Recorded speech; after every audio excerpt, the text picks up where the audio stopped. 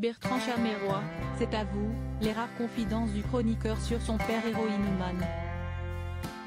Vendredi 5 décembre 2024, Bertrand Chameroy sera aux commandes du premier numéro de Bertrand n'a pas sommeil.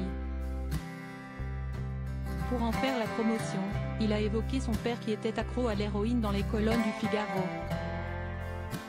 Après avoir connu une longue traversée du désert lorsqu'il a quitté son poste de chroniqueur dans Touche pas à mon poste, Bertrand Chameroy est parvenu à se relancer dans cet avou.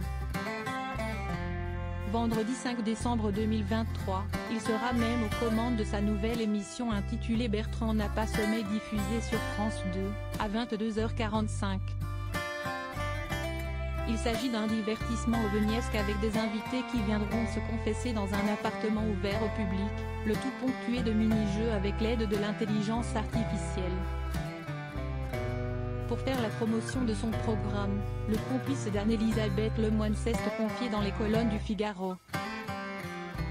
Dès le début de l'entretien, il a expliqué qu'il était plus à l'aise avec le fait de parler de sa vie professionnelle que de sa vie privée.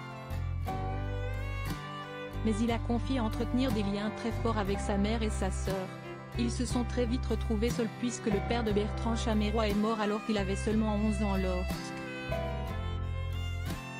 C'était dur, brutal, s'est-il souvenu.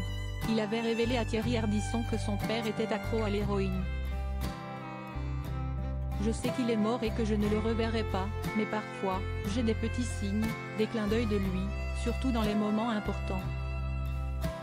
Bertrand Chameroy a évoqué sa prétendue relation avec Anne-Elisabeth Lemoine.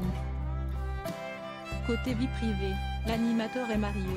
Depuis plusieurs mois, il fait l'objet de rumeurs concernant une supposée idylle avec Anne-Elisabeth Lemoine, la présentatrice de cet avou. Une situation qu'il aurait du mal à supporter. Si est-il un sujet qui le met en colère.